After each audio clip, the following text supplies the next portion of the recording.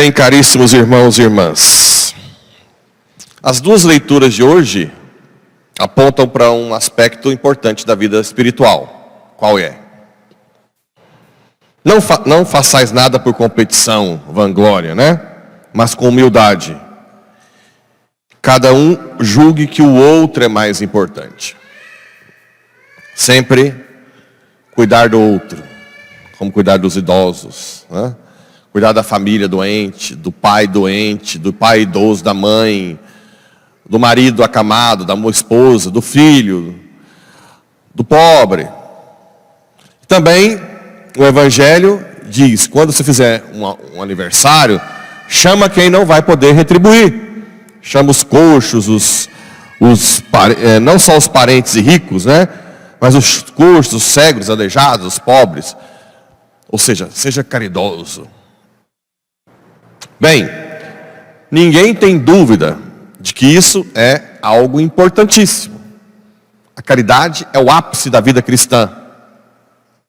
O que nós não podemos perder de vista? O que não pode perder de vista? Ninguém dá algo que não tenha. Filantropia qualquer um faz. Caridade só o santo faz. E qual que é a característica principal do santo? A vida de oração. Você tem que se abastecer em Deus. Você tem que estar em adoração, rezar. Por quê? Porque quando você convidar os pobres, ajudar, for visitar alguém, ou preocupar com os outros, não é só o material que você está dando. O seu toque é diferente. O seu olhar é diferente. Porque você vai transmitir Deus. Por isso que é importante, sim, rezar muito. Fazer jejum. Fazer vigília. Adoração. Rezar vários terços por dia. 1, 2, rosário. Ter uma vida de oração contínua. Ok? Se alguém disser, não precisa rezar tanto para ser santo, tem que fazer caridade. Mentira. Mentira. Quanto mais você rezar, mais você vai se configurar a Jesus. Isso é uma falácia. Nós não prestamos por nós mesmos. Nós precisamos da graça. A graça. Eu não sei se vocês já tiveram experiência, quando uma pessoa que reza, quando visita alguém carente, o toque, o olhar, o abraço é diferente. Às vezes a pessoa diz, não, nem precisa ganhar, não quero nem nada seu. Não precisa nem me dar cesta. Outras dão. O que você tem é diferente. Você leva Cristo. Claro que você pode também dar a cesta, né? Cesta básica ou outra coisa. Mas o fato é, nós precisamos ter noção que para fazer caridade, é por isso que São Paulo escreveu 2 cartas importantes. A carta aos Gálatas e depois culminou na carta aos Romanos, que tem como ideia central de que a fé, nós não somos justificados pelas obras, mas porque se você ler esse texto aqui, aí você deixa de rezar, nem vai na missa direito, mas aí você vai lá, cuida dos pobres, depois você vem aqui, só que você perde totalmente a capacidade de se justificar. Porque você não é justificado pelas obras. Fica parecendo que você faz e depois questiona de Deus. O que eu vou ter em troca? Não é assim? Estou ajudando. E agora? O que eu ganho? Agora, se você reza, quando você ajuda alguém, o que você diz? Senhor, obrigado. Sem a tua graça, não faria. Obrigado por me fazer ajudar.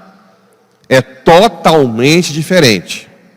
É totalmente diferente. quem faz caridade mesmo e quem faz filantropia. Tem nada a ver uma coisa com a outra. Visualmente, parece a mesma coisa. Isso é a mesma coisa do sofrimento e da morte. Quem olha de fora, quem sofre e morre, acha que não adianta nada igreja. Por quê? Você vai olhar a pessoa com câncer, está com câncer. Com dor, está com dor. Vomitando, está vomitando. Morrendo, está morrendo. Ah, então não adiantou ser da igreja. Mas se você olhar dentro da pessoa, é totalmente diferente quem sofre e morre na santidade e quem sofre e morre afastado de Deus. Mas não tem nada a ver. Nada a ver. Nada a ver. A alma da pessoa que é santa, o sofrimento e a morte tem sentido, tem esperança. Existe a alegria que Deus infunde no coração. Existem os dons do Espírito Santo, fortaleza, sabedoria para entender. O outro é como se fosse uma cortina de ferro. Só o sofrimento sem sentido, a morte sem sentido, sem esperança, sem nada. Agora, quem vê de fora acha que é a mesma coisa, mas não é. Agora, quem aproxima da pessoa santa vai ver que as palavras que saem são palavras tranquilas, né? Então, fica essa dica diante tanto da caridade quanto do sofrimento.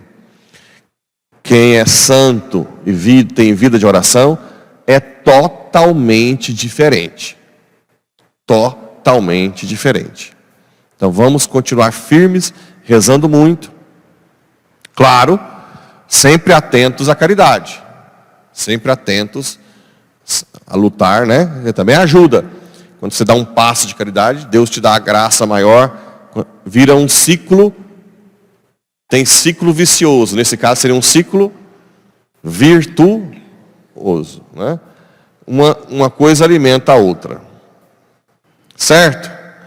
Estou falando isso porque na igreja, principalmente com a teologia da libertação, entrou muito a ideia. Esse negócio de ficar rezando terço, né? A carismática só faz oba-oba. Não tem, ouviu isso? Interessante que grande parte das casas de recuperação de Goiânia são da carismática, né? Ou de uma comunidade que era carismática. Então, não é que é uma falácia, né? Então, que o Espírito Santo nos dê a graça de nós rezarmos muito, estarmos sempre de joelhos, pedindo a graça. E aí sim, depois, fazendo a caridade. Não porque nós somos bons, mas como consequência do Espírito Santo que nós recebemos na oração. É o Espírito que nos move a amar. Assim seja.